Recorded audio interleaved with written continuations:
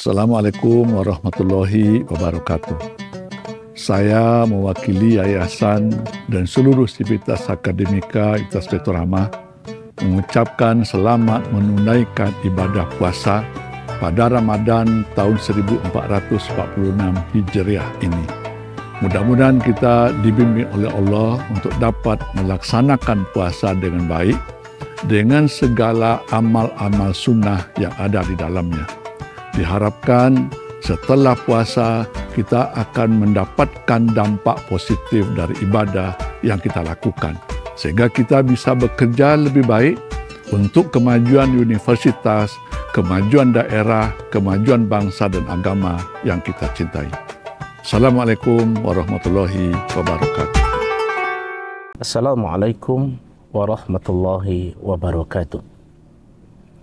Alhamdulillah Rabbil Alamin, wassalatu wassalamu ala asrafil anbiya'i wal mursalin wa ala alihi wa sahbihi ajma'in. Asyhadu an la ilaha illallah wahdahu la syarikalah wa asyhadu anna Muhammadan abduhu wa rasuluhu la nabiyya ba'dah, amma ba'd. Summa qala Allah Ta'ala fil Qur'anil Karim, a'udzu billahi minasyaitonir rajim, bismillahirrahmanirrahim. Ya ayuhan nasu qad ja'atkum mau'izatun min rabbikum wa shifaa'un lima fis suduri wa hudan wa rahmatan lil mu'minin. Wahai manusia, sungguh sudah datang peringatan dari Tuhanmu dan obat untuk apa yang ada di dalam dada, dan petunjuk dan rahmat bagi orang-orang yang mukminin. Surat Yunus ayat 59. Shaimin dan shaimat rahimakumullah dimanapun berada, mengawali pertemuan kita di dalam kajian kita pada kesempatan ini. Pertama, marilah kembali kita bersyukur kepada Allah Subhanahu wa taala atas segala limpahan rahmat dan karunia-Nya kepada kita semua. Alhamdulillah, berkat rahmat dan karunia Allah kepada kita, pada kesempatan ini kita masih dilimpahkan kesehatan, keamanan, kenyamanan, ketenteraman, serta nikmat-nikmat yang lainnya. Janganlah sampai lupa kita syukur nikmat, karena syukur nikmat itu kebajikan akan terpulang lagi kepada kita yang melakukannya. Seiring dengan itu, salawat dan salam tertuju dan teruntuk pula buat Nabi kita, Nabi besar Muhammad sallallahu alaihi wasallam. Allahumma salli ala Muhammad wa ala ali Muhammad. Shaimin dan shaimat rahimakumullah. Pada kesempatan tausiah kita kali ini, kajian atau judul tausiah kita adalah Al-Quran dan ketenangan batin kita. Kita bicara tentang apa dampak ketika kita dekat dengan Al-Quran. Apa yang kita dapatkan? Kebahagiaan apa yang akan kita raih? Yang pertama, tentu kita ingin menyampaikan bahawa bulan Ramadan itu adalah bulan yang berkah. Keberkahan Ramadan itu ibaratkan sebuah hidangan, banyak yang terhidang di situ. Banyak hidangan yang bisa kita nikmati, banyak menu yang bisa kita manfaatkan dan kita ambil. Tidak salah kiranya Rasulullah sallallahu alaihi wasallam, Nabi kita, menyampaikan dalam satu sabdanya,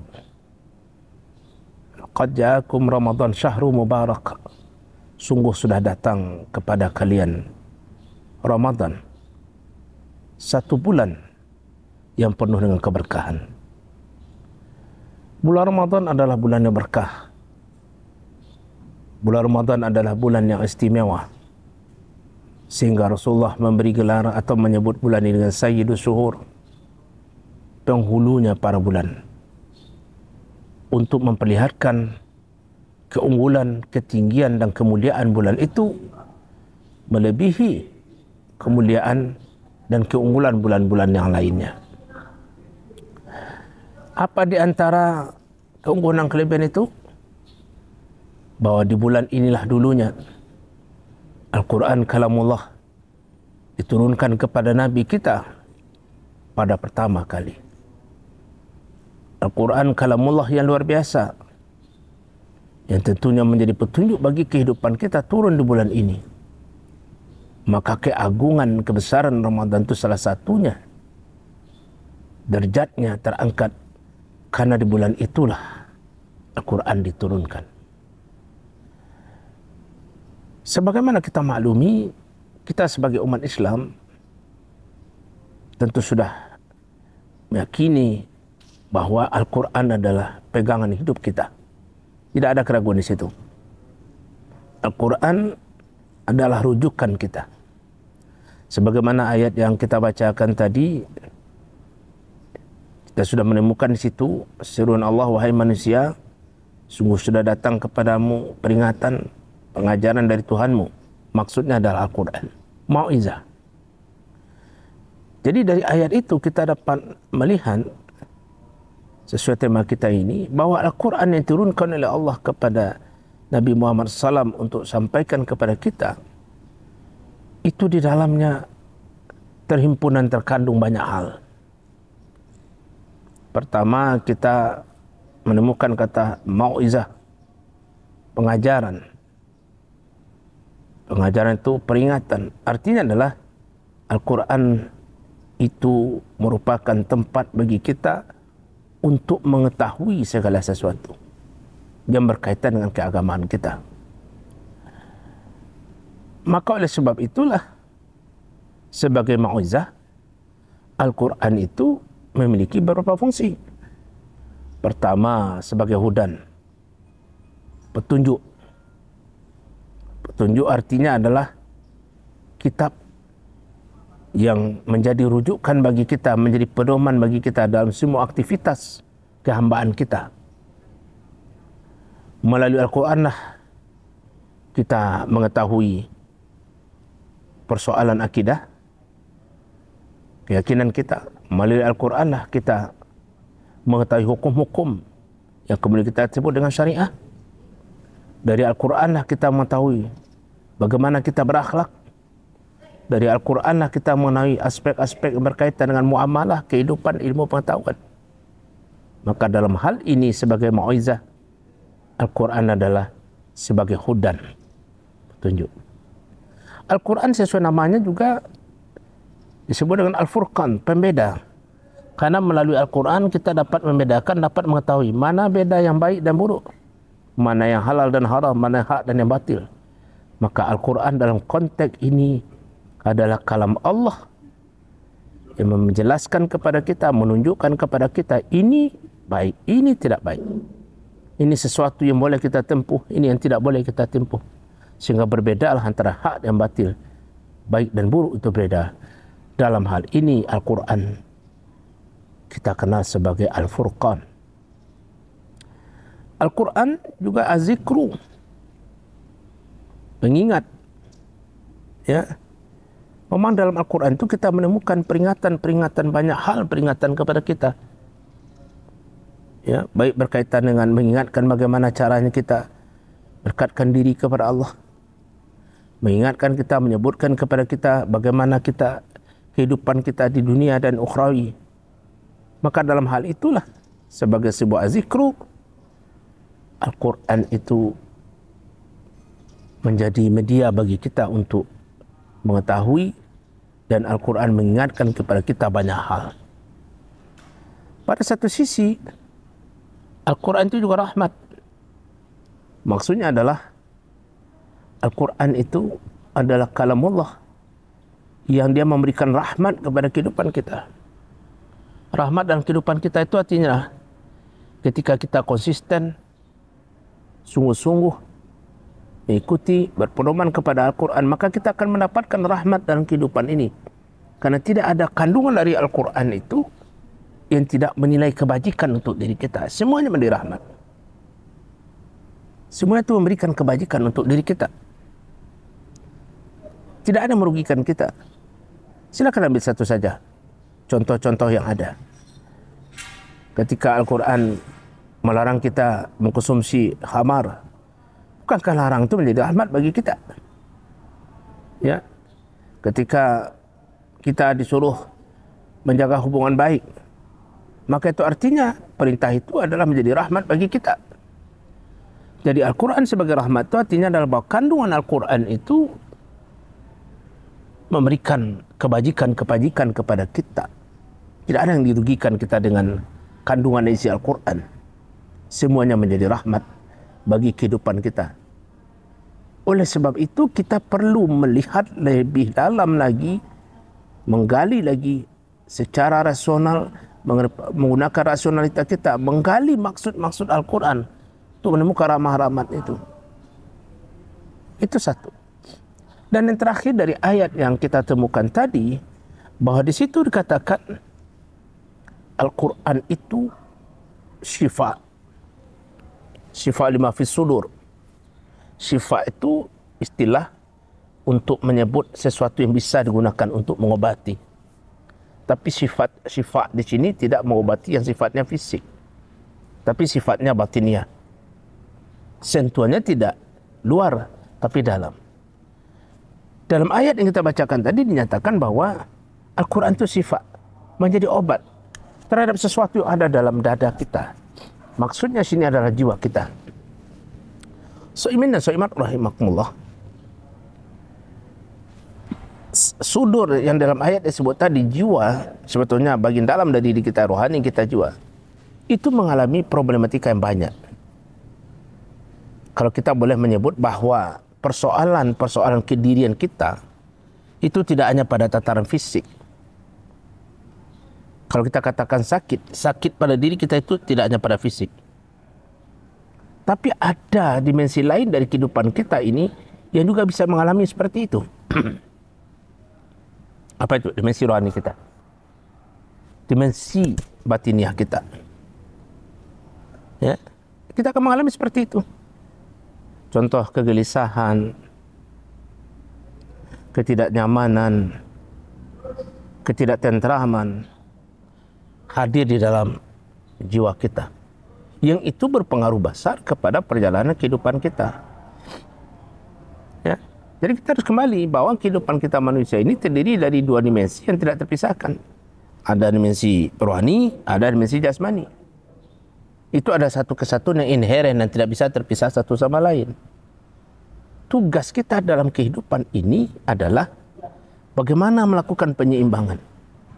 Bagaimana kita sama merawatnya, sama menjaganya, sama menyehatkannya, sama menciptakan kebajikan. Akan tetapi secara fisik kita bisa langsung melakukan tindakan pengobatan. Tapi bagian dalam ini, dengan apa kita bisa melakukannya? Nah, disinilah kita menemukan ketegasan dari Al-Quran. Al-Quran itu bisa menjadi obat bagi kita, bagian batin kita. Artinya, kedekatan kita dengan Al-Quran memberikan implikasi, memberikan dampak kepada kita yang membacanya. Oleh sebab itu, tawaran Al-Quran kepada kita, ya, pertama, kita diperintah oleh Allah Subhanahu wa taala untuk selalu membaca Al-Quran. Ya. Waratil Qur'ana tartila, baca Al-Quran itu secara tartil. Ternyata, karena kalau Al-Quran itu adalah kalamullah, maka bagi kita yang membacanya secara langsung akan memberikan ketenangan batinnya. Beda kalau kita membaca umpamanya baca buku, baca koran, kita hanya mendapatkan kepuasan intelektual, kepuasan pengetahuan. Tapi dengan baca Al-Quran tidak begitu. Dengan baca Al-Quran seperti itu. 1 kali kita baca, 2 kali kita baca, maka dia akan memberikan dampak psikologis kepada kita, ketenangan batin kita. Karena itu bagian dari zikrullah. Ingat kepada Allah itu dengan membaca kalamnya. Ya. Yang membaca kalamnya, maka batin kita ini akan bahagia. Maka tidak ada orang baca Al-Quran itu yang kita katakan dia gelisah. Kalau kita tanya kepada para orang-orang yang rajin baca Al-Quran, yang mengatakan, saya senang, saya bahagia. Maka dengan rajin baca Al-Quran itu akan membantu ya mengatasi kepikunan kita. Kan orang banyak takut pikun. Banyak takut bagaimana kehidupan saya ini tidak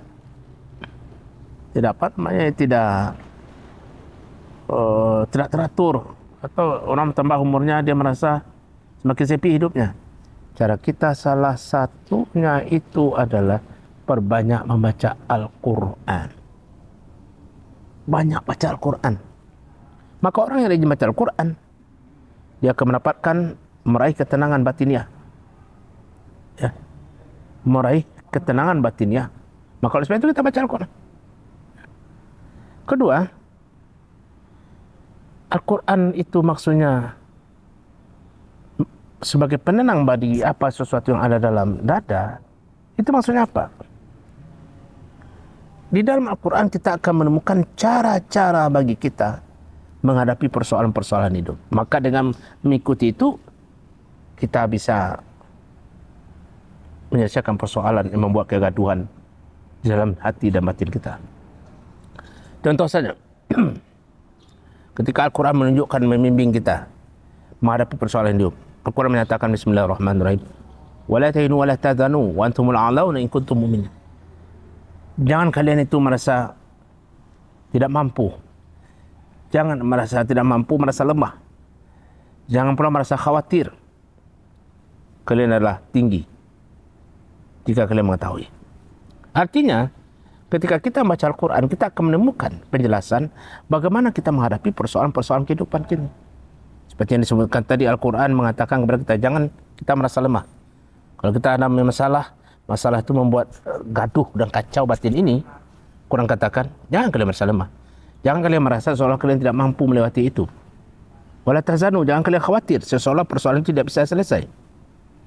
Sepertinya Al-Quran sudah memberikan gambaran kepada kita bagaimana kita menjalani persoalan hidup itu sehingga batin kita ini bisa tentram. Allah menjelaskan melalui Al-Quran bahwasanya Allah bersama kita selalu.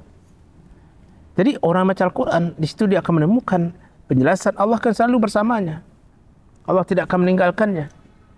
Rasa bersama Allah ini selalulah yang kemudian memberikan implikasi kepada batin kita. Batin kita akan tenang dan bahagia. Ya. Jadi kalau begitu dapat kita mengatakan bahwa Al-Quran secara langsung itu memberikan dampak kepada diri kita yang membacanya. Cuman syaratnya perlu kita ketahui, ya, supaya ada sentuhan itu kepada kita. Membaca Al-Quran tidak seperti membaca biasa, tidak membaca buku. Ada kaidah-kaidah dan ketentuannya. Apalagi di bulan Ramadan ini kita akan didorong baca Al-Quran, perbanyak baca Al-Quran. Silakan, kita punya target yang banyak, sekian kali khatam, silakan. Karena itu adalah amalan yang unggul di bulan Ramadan. Tapi ingat satu hal, seperti perintah Allah tadi, waratil Qur'ana tartil, bacalah Al-Quran itu dengan tartil. Apa makna tartil? Tartil itu tepat, benar, perlahan. Ini kadang-kadang yang sering kita langgar. Maaf, kadang-kadang kita mengejar target banyaknya, kuantitasnya. Kadang-kadang kita lupa abai dengan kualitas. Yang kita baca itu adalah Al-Quran yang ditulis berbahasa Arab, Quranan Arabian, maka kita tidak mesti mematuhi kaidah-kaidahnya.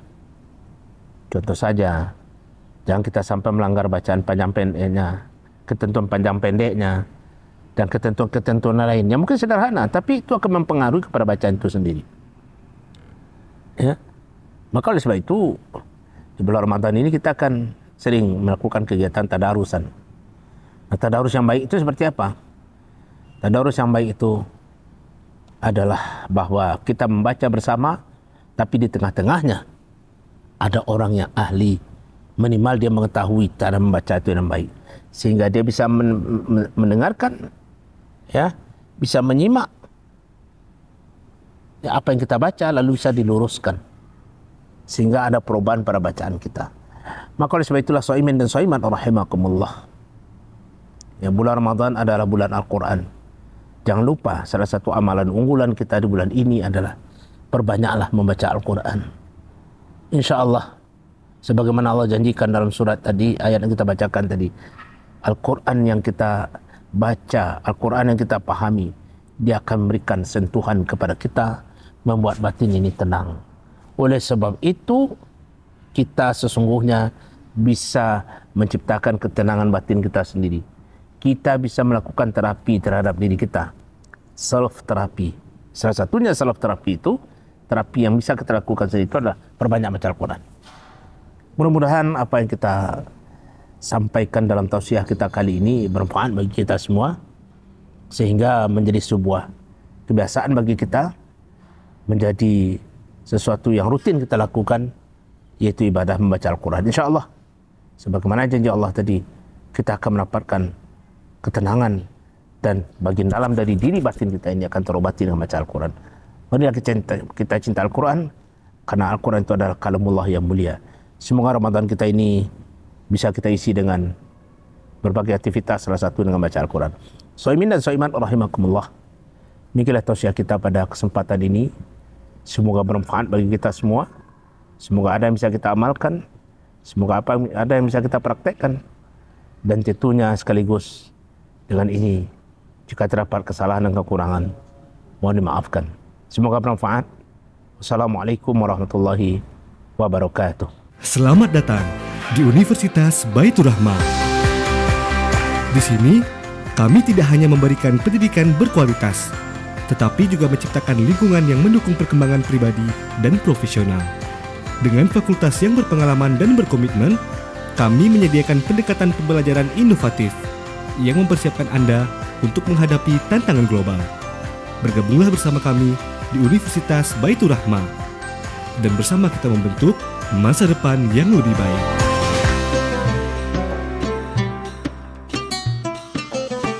Marhaban ya Ramadan. Saya mewakili keluarga besar Baitur Rahmah menyampaikan selamat menunaikan ibadah puasa pada Ramadan 1446 Hijriah. Mohon maaf lahir dan batin.